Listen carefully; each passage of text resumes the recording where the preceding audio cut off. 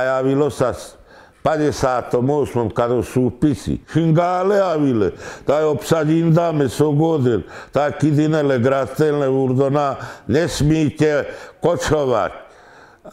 A musíte byť na jednom míste, tak kerdamen, kde sú upisa, pale náštih zasa skati, andavre fovro sferi koteci táčo, taj teda která sa zbúči, taj teda klovame avre, a teda davre ho kresec, má kerda teda same pešingále, tak kotečaj panglovame, ke sú upisi sas, teda kočulinas, taj teda miža skati, feri pektantavas, taj kotete kera zbúči, taj andi búči čilena same. Konik, no, kada sa, taj la mareșava uranaștic pire na cea școli, că na sa me kera kočulina sa, taj kada je kačile sardinile klešava ura. Naj gođavera najvi učime kanči, kana dinamo su upisi pektanci te samat, kotande kodi ta polčanja i krasa same. Naštik da sa skati, taj linele grasten ma amendarle urdona, ta čikama da težas, darasas. Che panglovame, tale panglima tardarana sa mare dada, che pure sa vivo. Cidine canci, i velinele, dai slobodo te kočulina, talinele i vejamendar. Jo kvar pivlada, vare save žene gejle hot kidine, vare kaske palpale de nas. Žanes? Castarline vare su angla comunistura, mexasle comunistura, de nasle palpalevat počinasle, taj amen čidine kanči ubet, pa kodoj grad. Taj vamaro somna kaj kidine sa lina mendar, ke pelena šordanoj, od kalto maće nasame prele, ko vid liski ka lamles vas keradamles. Ta kidena sa mendarca. Aia angrustea sa smurada, ta cadeke sa lansura, perețura, ta kidinele sa. Jade cidine, canci, ci coroname. Canci, ta ci pai grast. Ci palgra cidiname, can, ta ci un pai urdona. Scade ciorrarda mere, cred că da comunistură. Ta ci bucea cidena sa me, ce ne stevi učeni, do vás bude zamestnávať penena. Koleláme andi búti, kalači tam vyučíme. Ta javre te náštih žalas. No. Te žal te kamos, te žavan di Praha, te kera búti má slobodu. Kej krelas mal súpisi. No. Tak kodo súpisi, či mu kelas tu kati. Tak sa konec sa sandi občanka. Di kenas občanka, ja vy máte súpis, jak to, že sa tu láte. A idem do práce. No, zpátky běžte, lebo vás zavřeme. No. Tak jako my jsme třeba jezdili v době, kdy už byl tenhle ten soupis, kdy se nesmělo cestovat s vozama, tak my jsme jezdili s neboštíkem, s Trejdou Homolkou, Pepikem. On měl divadelní společnost loutkařskou, tak jsme s ním jezdili a byli jsme volní tenkrát v tu dobu, jako jsme byli děti, že jo. Ale můj strejda a teta moje, všechny jsme s nimi jezdili a mohli jsme si dělat tenkrát, co jsme chtěli. Ale jiní už, co měli razítko občance, už nesměli cestovat, zákaz a tak dále. My jsme to nikdy neměli, tohleto. Moje máma tam měla občance razítko, že se nesměla pohybovat tam, kde chtěla, musela nahlásit na policii, kam jede a tak dále. Oni jezdili Frýdek Místek, Fulnek, Ostrava, na Černé Louce v Ostravě tam měli, oni v tu dobu už měli baráky, ale vždycky na léto vyjeli ven a stáli na placech třeba na Černé Louce v Ostravě. Všude možně, nás ještě dneska některé opravdu ty místa, kde byli, kde jsme stávali s těma vozama, si pamatuju, kolem Olomouce, Bystrovanech, no všude možně.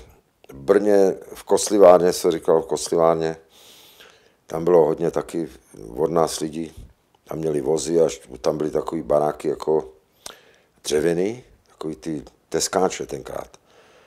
No to je tam nastěhovali, vlastně to byla taková kolonka, kam v tu dobu vlastně nastěhovali, jako bylo tady v Michli v Praze, tam byla také taková kolonka a na Kačerově.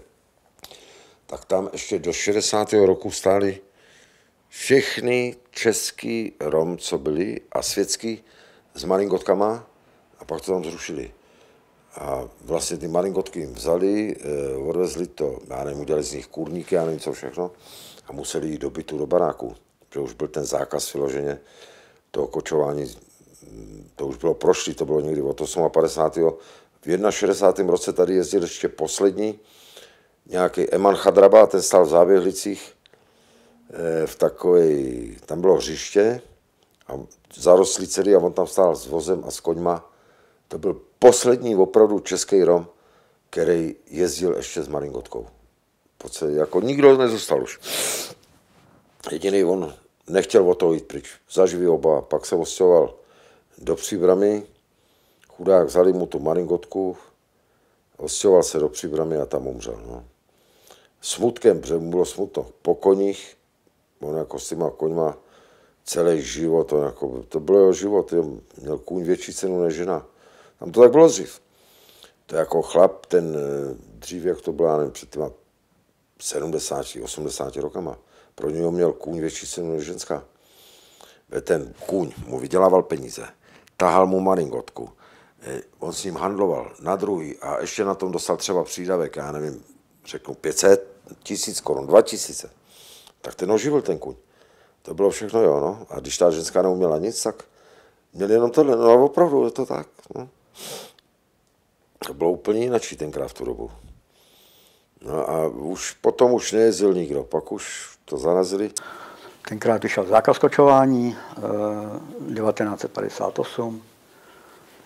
No, můj táta, protože byl takový šikovný chlap a chtěl pokračovat v kočování, tak si to zařídil tak, že prostě se nechal s koníčkem zaměstnat u jedné firmy, která měla po republice různě rozesetý stavby a dostal prostě takovou bumážku, že přejíždí ze stavby na stavbu, ale to si zařídil za peníze. Jo. A tak normálně takovýmhle způsobem ještě kočoval asi 2,5 roku, četníci se divili, byl zákaz, ale ukázal ten doklad, že přejíždí, nechal, táta si ten vůz vybavil, aby to odrazky a takový, aby to splňovalo takový ty silniční nařízení, ty vyhlášky různý. No a kočoval a takhle asi 2,5 roku, až dokočoval do Holovous si u Hořic, kde už nějakých 60 roků bydlíme. No a tam ho s maringotkou celou tu naši rodinu zarazili.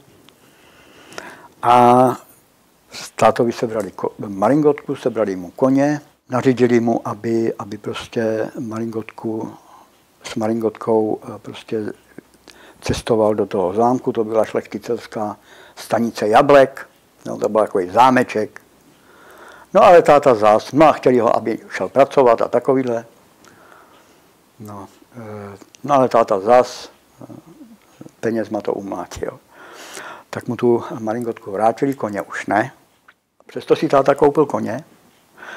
A na tom dvorku si stlouk z prken pro něj, prostě takový, jo, stáj takovou, zateplil a prostě toho koníčka tam měl, jenom proto, že to prostě pořád tu nostalgii v sobě měl. A no máma protestovala, protože to dělalo bordel, že jo. Musel seno, hnojky dát a takovýhle.